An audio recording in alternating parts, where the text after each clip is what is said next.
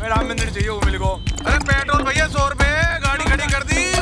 महंगाई अगर बढ़ रही है उस हिसाब से आप देखिए सैलरी भी लोगों की बढ़ रही है। अब 900 रुपए सिलेंडर आ रहा है, गरीब आदमी कैसे पका लेगा? चुनाव में तो देखो बीजेपी का ही है। मुख्यमंत्री के चुनाव में अब इनमें सब नतीजे सामने आ जाएंगे। सिर्फ 71 किलोमीटर दूर है दिल्ली और हम इस वक्त मौजूद हैं मेरठ शहर में। मेरठ शहर सकरी सड़कों का हिस्सा है। मेरठ शहर वो शहर है जहां खेल के सामान बनते हैं। मेरठ शहर वो शहर जो मशहूर है वाद्य यंत्रों के लिए और वो शहर जो हैंडलूम के लिए मशहूर है। इस शहर में पश्चिमी यूपी का इतना सबसे बड़े शहरों में से एक ये शहर जो है, यहाँ की जनता क्या कहती है, वोटर का मिजाज क्या चल रहा है, ये जानने के लिए गांव के सन्नाटे से निकल के शहर के शोरगुल में आना बहुत ज़रूरी है। तो चलिए पता करते हैं कि आखिर मेरठ के लोग क्या सोचते हैं, क्या मुद्दे हैं और वोट किसकी तरफ जा रहा है।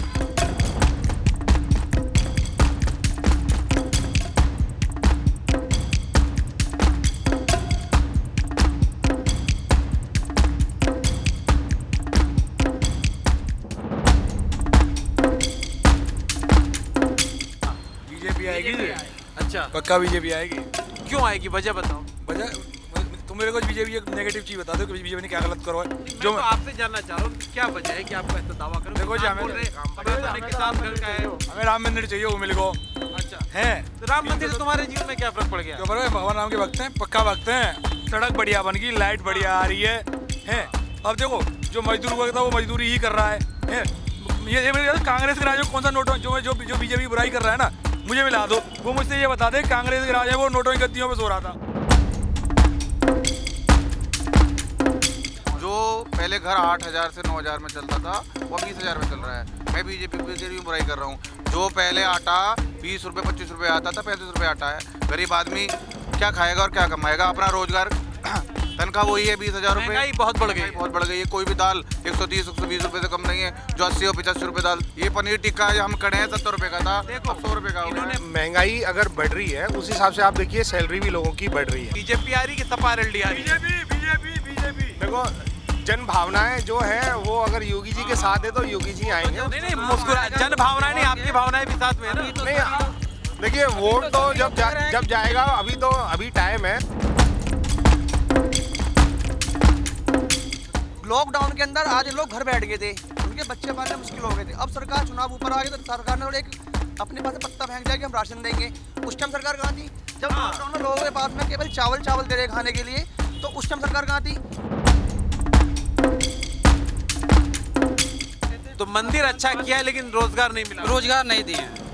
तो सरकार का काम मंदिर बनाना ना होकर रोजगार आप नहीं, मंदिर भी बनाए। हम ये नहीं कर रहे हैं कि मंदिर ना बनाए, भाई आस्था है हम लोग में भी अंदर। मैं नहीं कह रहा, मैं पूछ रहा हूँ कि भाई सरकार ने रोजगार नहीं दिया तो उसका असर पड़ेगा उस पर। आपको रोजगार नहीं दिया उसका तो असर पड़ेगा ही नहीं। हम भी पहले भाजपा ही के सपोर्टर थे। हमारे घर पे 2-2 झंडे हम भी लगाते थे, लेकिन जब देखे रोजगार ये दे ही नहीं रहे, कुछ कर ही नहीं रहे, तो भाई अब क्यों दे? हम युवा हैं, बेरोजगार होते जा रहे तो क्यों दे?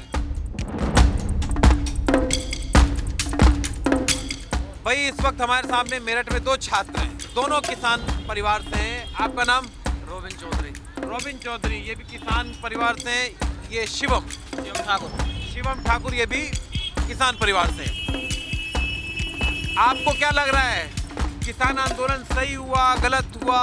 इस बार किसान दुखी है क्या है? किसान दुखी है। आंदोलन करना एक किसानों की मजबूरी बनी हुई थी। वो अच्छा। जो पहले होना चाहिए था वो थोड़ा लेट हुआ। अच्छा, ये पहले ही होना चाहिए था। अच्छा। आंदोलन पहले ही होता तो ये ऐसी सरकार हरकत नहीं करती। शिवम ये बोल रहे हैं कि भाई किसान दुखी है, अच्छा नहीं हुआ, आंदोलन करना पड़ा, ये सब हुआ। तो आपका क्या कहना है? मेरा तो ये कहना है सर, मुझे तो लगता नहीं कि कोई दुखी हुआ। ये तो बीजेपी के खिलाफ है सब जो चल रहा है।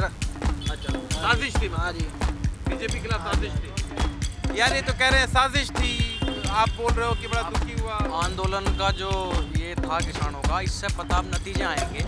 विधानसभा चुनाव होने हैं, मुख्यमंत्री के चुनाव में, अब इनमें सब नतीजे सामने आ जाएंगे।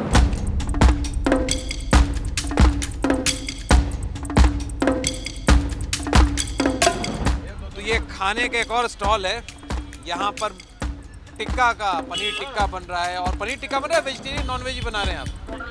टोटल वेज बना रहे हैं। टोटल वेज है। तो तंदूर की तरह आप यहाँ पर सब सामान निकाल रहे हैं। टोटल वेज है।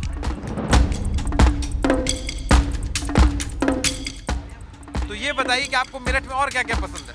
नहीं, मेरठ में तो यहाँ की रेवड़ी भी पसंद है, यहाँ की कैंची पसंद है, और यहाँ का खाना तो पसंद है ही प्रसिद्ध। बिल्कुल खाना यहाँ के बराबर का खाना कहीं नहीं मिलता। तो इस बार बताइए, रेवड़ी आपको बताने बड़ी पसंद है। इस बार आप मेरठ की जनता किसको रेवड़ी खिलाने वाली है? मेरठ की जनता देखो काम को रेवड़ी खिलाने वाली है। कुल मिला नहीं, काम तो सही कर रही है हमारी सरकार, काम सरकार बहुत बढ़िया कर रही है। किसान आंदोलन का क्या असर पड़ेगा? देखो जी, इसका तो हम नहीं इतना कह सकते, क्योंकि किसान, देखो इसके बारे में किसान बता सकता है, हम किसान नहीं। किसान तो हम लोग गए तो उनकी बात तो आप टीवी पे देख भी रहे होंगे, सुन भी रहे होंगे। शहर का क्या है?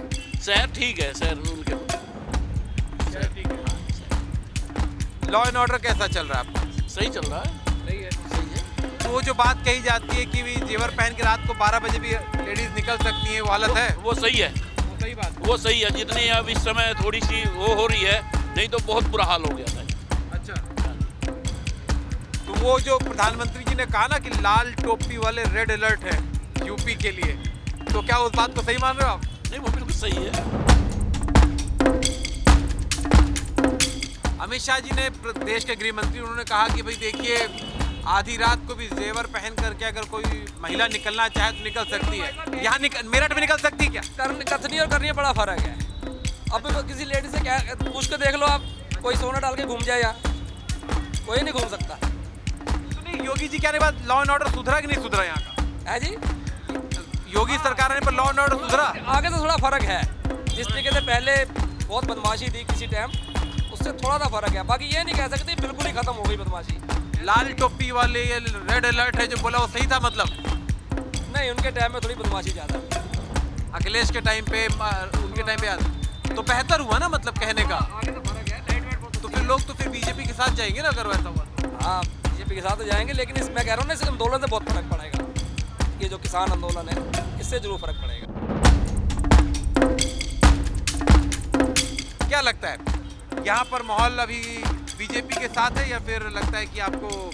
मेरठ में तो हो सकता है कि बीजेपी का हो जाए, मतलब मेरठ में। और ये है कि अगर मोमडन सीटें वैसे ज़्यादा हो गई तो मोमडन वाला निकल जाएगा, कोई सा अखिलेश के साथ जो होगा, जो अखिलेश के साथ होगा वो निकल सकता है मेरठ में, क्योंकि मेरठ का 50-50। दोनों बात आप बोल रहे हैं ना, मेरठ में अखिलेश का निकल सकता है और हिंदू से मतलब बीजेपी भी जीत सकती है। कौन जीत सकता है? क्योंकि ऐसा है ना कि अगर एक तरफा मोमडन की वोटें पड़ जाती है तो अखिलेश का ही निकल जाएगा मेरठ में। अच्छा, मतलब मुसलमान वोट अगर नहीं पड़ता है तो अखिलेश की चांसेस बन जाएंगे, मतलब आरएलडी और सपा की चांसेस बन जाएंगे। हाँ हाँ हाँ हाँ। है ना? चुनाव में किसका पलड़ा भारी लग रहा है? चुनाव में तो देखो बीजेपी का ही है। चाट पकौड़े और मसाले की दुकानों में हम लोग जब पहुंचे तो कुछ ना कुछ मसालेदार बातें ज़रूर हो गई। इतना चीज़ समझ में आ रही है कि भी मेरठ में भी कम से कम एक तरफ क्लियर कट नहीं दिखाई दे रहा है। जितनी हम खेत में भी गए तो अलग तरीके की बात, दो किसानों की अलग अलग बात है। यहाँ पे दो किसान छात्रों की बात अलग लगाई, मध्य वर्ग की बात अलग है, प्राइवेट सेक्टर में करने वाले बड़े अधिकारी की बात अलग है, सबकी बात अलग अलग निकल के आई। तो अंदाज़ा लगा लीजिए, राह पॉलिटिकल पार्टीज के लिए भी आसान नहीं होगी।